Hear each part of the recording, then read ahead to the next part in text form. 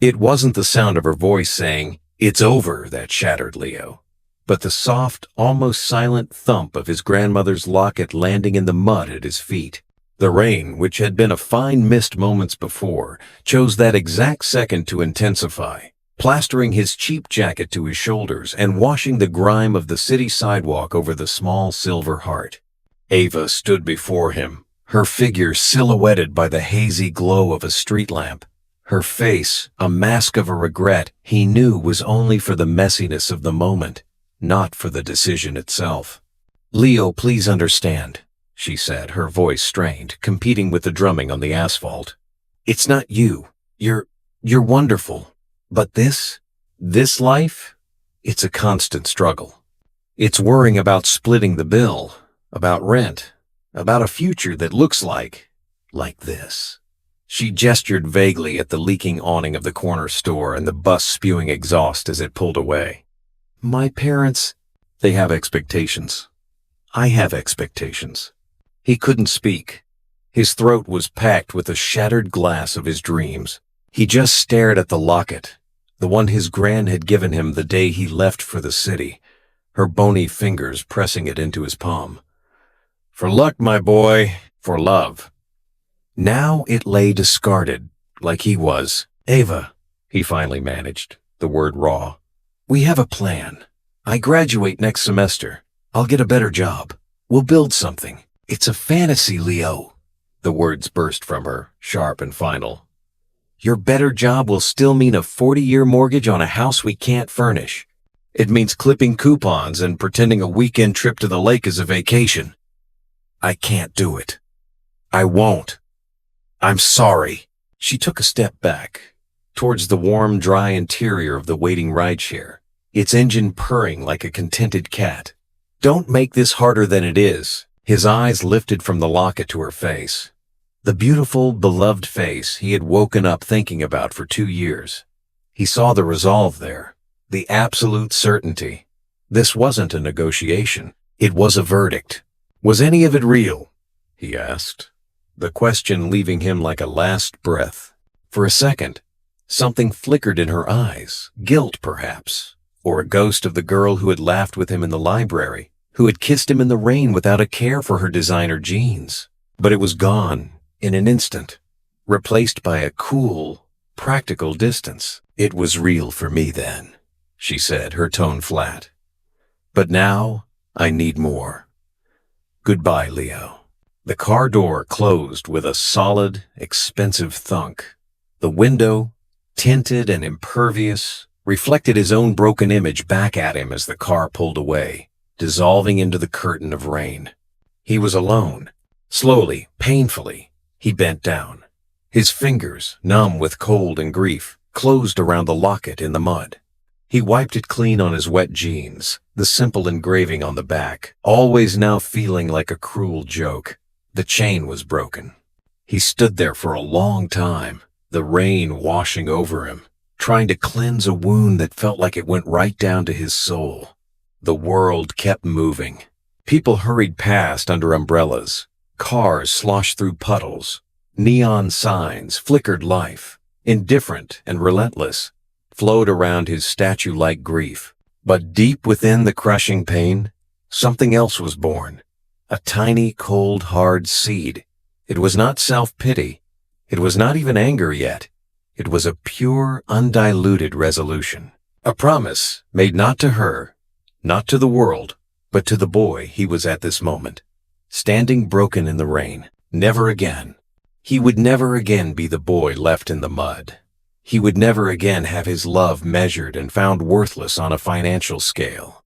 He would never again be powerless. The seed took root in the fertile ground of his humiliation, and it began to grow. The next 2 years were a blur of relentless, brutal effort. Leo existed on a diet of instant noodles, cheap coffee, and 4 hours of sleep. He dropped out of his general studies program, a decision that made his already disappointed father hang up on him mid-call.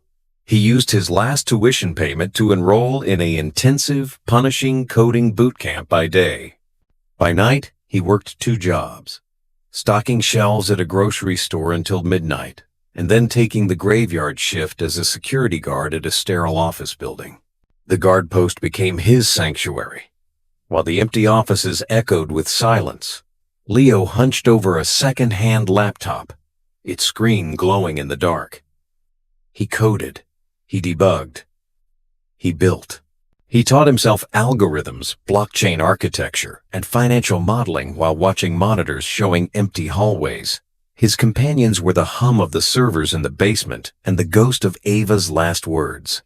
He turned his pain into a fuel so potent it was terrifying. Every line of code was a brick in the fortress he was building around his heart. Every solved problem was a step further away from the boy who had believed love could conquer a bank statement. He slept on a friend's couch, then in the back room of the grocery store when that fell through. He owned 2 pairs of jeans and 3 shirts. He was a ghost in the city, a phantom of ambition and simmering rage. He didn't date.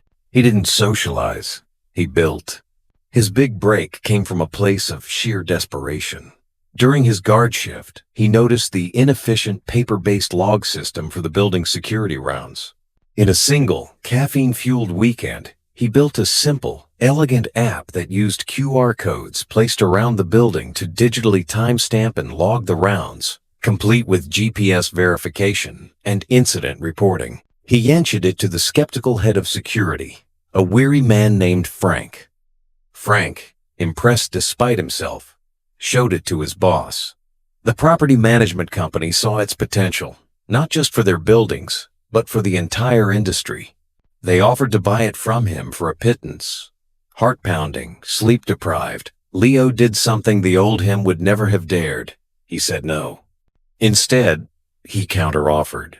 He would license it to them for a monthly fee per building. He would maintain and update it. He wanted recurring revenue, not a one-time payout.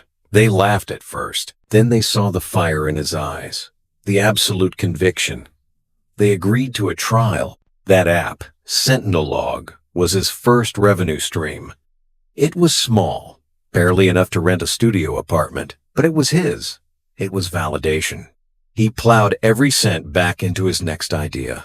He had been fascinated by the friction in microtransactions and peer-to-peer lending, the very systems that kept people like his old self locked out. He began developing a decentralized finance platform, Aegis, that used blockchain to offer tiny collateralized loans with unprecedented transparency and low fees. It was complex, revolutionary, and born from the understanding of what it meant to have nothing.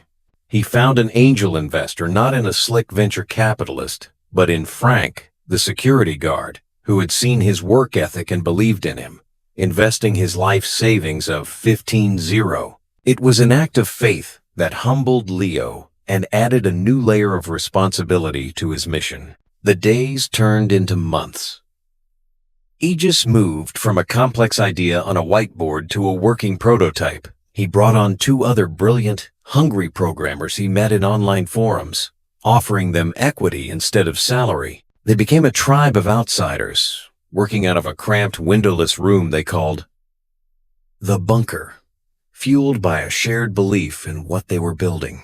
The launch of Aegis was quiet, a ripple in the vast ocean of finance. But the ripple grew. It was picked up by tech blogs, then by financial newspapers. It solved a real problem for real people. User adoption skyrocketed. Small business owners, freelancers, students, people who had been ignored by traditional banks flocked to the platform. Within 18 months of launch, Aegis wasn't just successful, it was a phenomenon.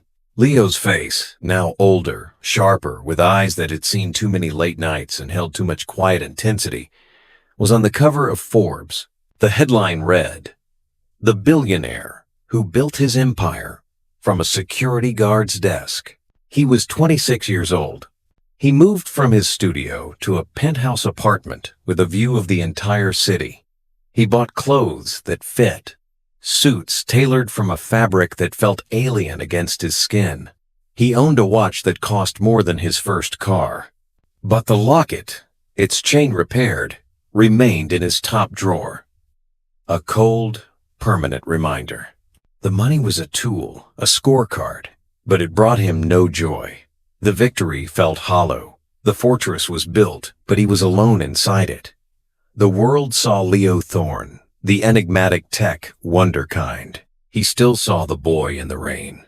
Ava's life had not gone according to plan. The man she had left Leo for, the safe choice from a good family with a clear path to partnership at his father's law firm, had turned out to be safe, predictable, and profoundly boring. Their engagement had been a series of meticulously planned, soul-crushingly dull events. The spark had died months ago, replaced by a routine of silent dinners and separate social calendars. She worked in event planning now for a high-end firm. It was glamorous on the surface, but involved dealing with entitled clients and their endless demands. She was constantly aware of money, of maintaining the appearance of the lifestyle she had chosen, even as the reality of it felt increasingly hollow. She'd think of Leo sometimes, with a pang of guilt she quickly suppressed. She told herself she'd done the right thing. Practical, sensible. Then she saw the magazine. She was waiting in a client's lavish apartment, setting up for a fundraiser. On the glass coffee table, amid art books and decor magazines, was the issue of Forbes. His face stared up at her. Older, harder, impossibly handsome, but undeniably him. Billionaire. The word hit her like a physical blow. She sank onto the white sofa, her legs unable to support her. She read the article with a growing sense of surreal horror. It mentioned his company Aegis, a name she now recognized. It mentioned his meteoric rise. It was vague on his past, but it mentioned he was a dropout who had overcame significant early challenges. Early challenges. The phrase echoed in her mind. She saw the rain. She saw the mud. She saw the locket. She heard her own voice. It's a fantasy, Leo. A cold sweat broke out on her skin. The apartment, with its breathtaking view, suddenly felt like a prison. She had traded that a man who had built an empire from nothing for this. A life of quiet desperation with a man who had inherited everything. The regret was instant and corrosive. It ate away at every justification she had built over the years. She had chosen a gilded cage over a man with the potential to reshape the very world. She had thrown away a diamond, mistaking it for a piece of glass. Her fiancé, Mark, noticed her distraction that evening. "You're quiet," he said, not looking up from his phone where he was checking stock prices. "I saw something today. Someone I used to know," she said, her voice faint. Who?" he asked, disinterested. Leo Thorne." Mark finally looked up, a flicker of recognition in his eyes. "Thorne? The Aegis guy?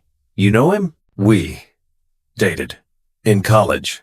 Mark put his phone down, genuinely intrigued for the first time in months. "Seriously?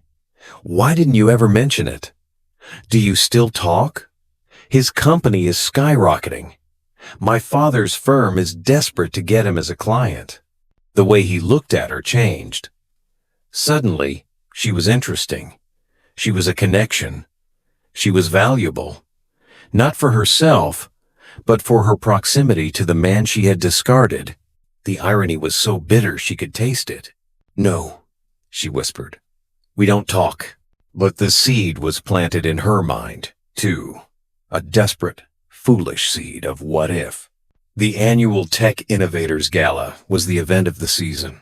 It was a crush of money, power, and ego, a place where billionaires in turtlenecks rubbed shoulders with venture capitalists in Brioni suits. Leo hated these events. He went out of obligation to see and be seen for his investors' sake. He stood near a window overlooking the city, a glass of sparkling water in his hand, looking every inch the powerful man he was. He'd mastered the art of the detached, polite smile. He exchanged pleasantries, discussed market trends, and deflected personal questions with practiced ease. And then he saw her. She was across the room, wearing a black dress that was both elegant and trying too hard. She was clinging to the arm of a man who looked like he'd been born in a suit, his expression one of bored entitlement. Ava. She was scanning the crowd, her eyes nervous, searching. Their eyes met. The noise of the gala faded into a dull roar. For a moment, he was back in the rain, feeling the cold seep through his jacket. He saw the flash of recognition in her eyes, followed by a wave of sheer, unvarnished panic, and then a desperate, hopeful smile. She whispered something to her fiancé and started moving through the crowd towards him. He didn't move. He just watched her approach, a predator observing prey stumbling into a carefully laid trap. "Leo?" she said, her voice breathy, unsure.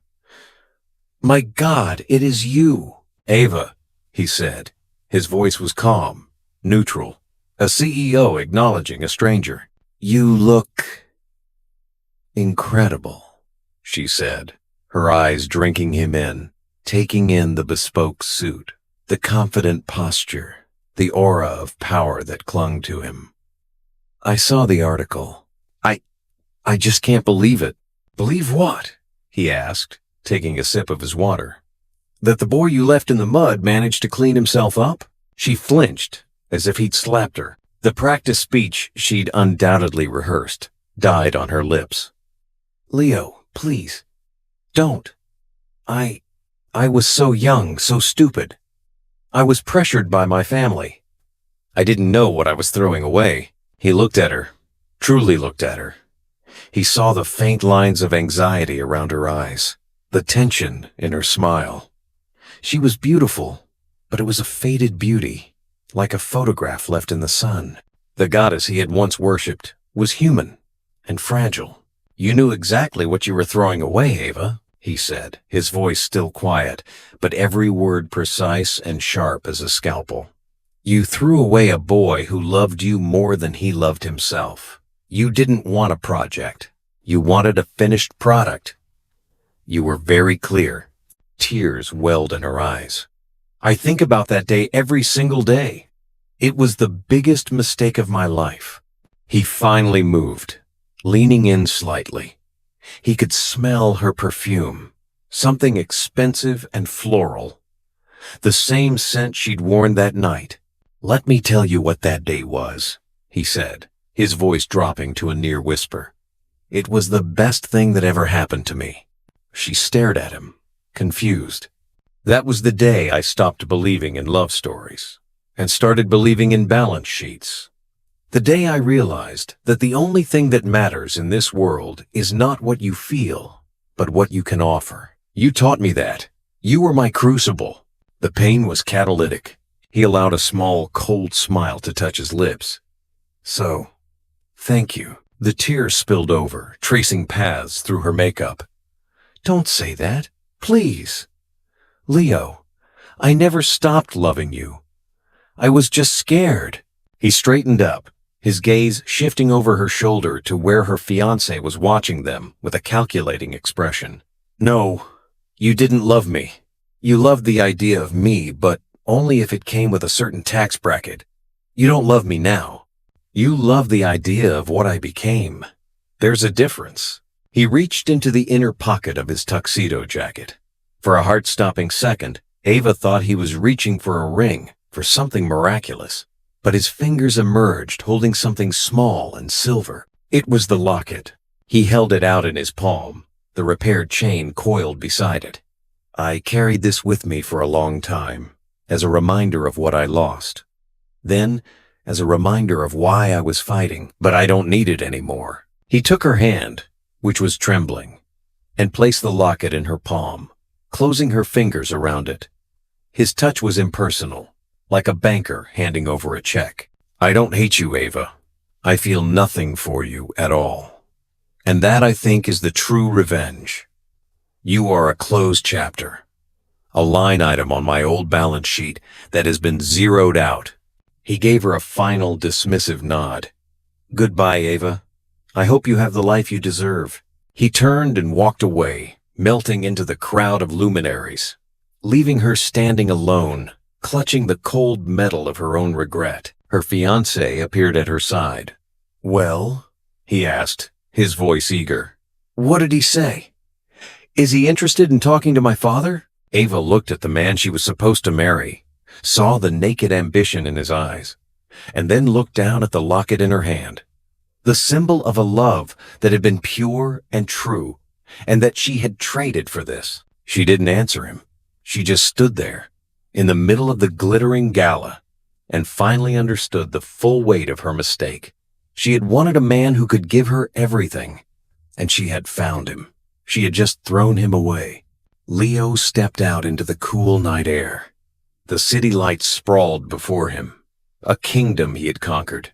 He felt no triumph, no schadenfreude, just a vast, echoing emptiness. The boy in the rain was finally avenged, but the man he had become wondered if that boy would even recognize him. He had become everything she had ever wanted, and in doing so, he had lost the one thing that had ever truly mattered, the capacity to be loved for anything but his money. He got into his waiting car, the door closing with a soft, expensive thud, and told the driver to go home, to a perfect, silent, empty penthouse where the only thing that echoed was the sound of his own success.